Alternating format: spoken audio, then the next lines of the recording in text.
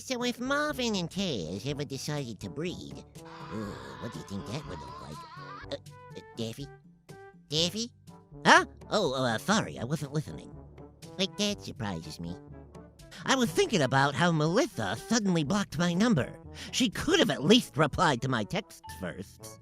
Maybe it's because you text her like 50 times a day, boasting about your non-existent successful life, and half the time you were also begging for money. Doc, you're impossible. If you ever got yourself into a relationship that lasted longer than 3 days, I might as well call the Guinness Book of World Records. Impossible? Bah! All my previous partners were just too intimidated of my natural charm. That's right. None of them could handle this steaming Drake. I'll have you know, I once dated a girl who was just crazy to get some of this duck meat. Oh yeah, you're hot, Daff. So hot that climate change couldn't compete. And to be honest, I do sometimes still think pretty fondly of you. Whenever I need to clean my toilet. All right, shush. Let's stop talking about me. Instead, let's talk about something related to me. Okay, Daff, how many times do I have to tell you? Your delusion of being related to Donald ain't true. You ain't twins separated from birth. You're gonna have to try a lot harder to get that mouse money. No, I've given that scheme up. I'm talking about my passion project. Have you ever heard of it? Duck Dodgers in the 24th and a half century! Oh yeah, I heard. That short-lived sci-fi drama that gained a cult following from sweaty white incels, and a whole cancellation from the planet Mars. Before reaching a real cancellation, that is. Everyone's a critic. And for your information, that wasn't why Duck Dodgers in the 24th and a half century was taken off the air too soon. I don't care about how sensitive those Martians are. Haters make me famous. And rich. Come here, Bugsy. Let me give you the real skinny. Hey, Marvin, how you been? How's your day? You busy? Well, put it down for a bit because let me have a sweet moment of your time and tell you about the opportunity of a lifetime. How would you like to audition for my upcoming TV series? Duck Dodgers in the 24th and a half century! As the role of my main antagonist, Commander X2. What do you say, huh? What do you say? Oh, no, you don't need any acting experience. I just know this role has your name written all over it. I'm going to have to decline your offer. Based on my exposure to online links, this project may be one of the biggest appropriations of Martian culture. Not only are we villainized, but every Martian on the show is played by a human. And your design for the Martian Queen is the most atrocious of them all. Look at it. Mars doesn't even have a queen. We don't even have a king. This project of yours appears to be an ego trip mixed with self-insert fantasy. Well, of course it is.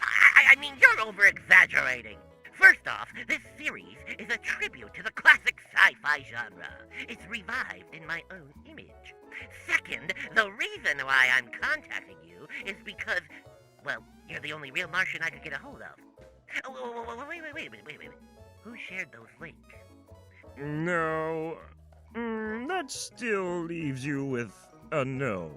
And to fully emphasize on my refusal, I have no other choice but to affirm in repellent rudeness, translated in a language the most simple-minded Earthling could understand. Fuck off, you're cringe, bro.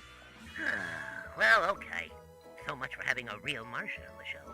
Might as well sign up that gremlin for commander. You wouldn't dare. If you're looking for a real Martian to truly stand out from those cheap imitations you drown in makeup, then I shall be a participant in your project. You can pay me an exposure. That's the spirit! Oh, you always were my favorite guy, Marv. I'm being so genuine about all this. There is only one problem. My character, the Commander, is nude. Oh, what's the matter, Marv? Are you naked shy? Come on, buddy, don't be afraid. Me and Bugsy and your husband walk around all the time with our junks just flapping in the wind. Oh, no, it's not that. Remember my educational lecture on Martian productive organs and gender? How are you going to cover why my anatomy doesn't uphold your show's Earth-enforced sex norms? We'll say your character is trans. Boom, diversity points. Now here's my number. Call me tomorrow afternoon, Marvin, you're fired. So, you fired Marvin because the fans loved Commander X2 more than the titular character? I fired him because I knew he was trying to steal my fans, that sneaky little Antwerp. Well, sadly, without him, the show met its fate. Speaking of show, why is this series called Marvin the Twink Martian? Half of us toons are twinks. Not counting you, Blondie. Yeah, good point. I'm basically the king of twinks. I feel robbed. King? Overrated is more like it. Hey, you know something? If this is his show, how come I haven't seen him yet in this whole episode? We saw him in the flashback sequence. Well, then that means an opportunity for advancement. It's my show now! Mine! Folks, this series is now under new management. Daffy the Twink Duck. I knew taking that spa break would lead to something like this. Marvin? Oh, no. It's my show now. You've already ruined my duck dodgers, and now you must pay the price. Shoo! Vamonos! Beat it! Skedaddle! This show doesn't make any money anyways. Yeah, neither does his actors. Yeah, but what a ride.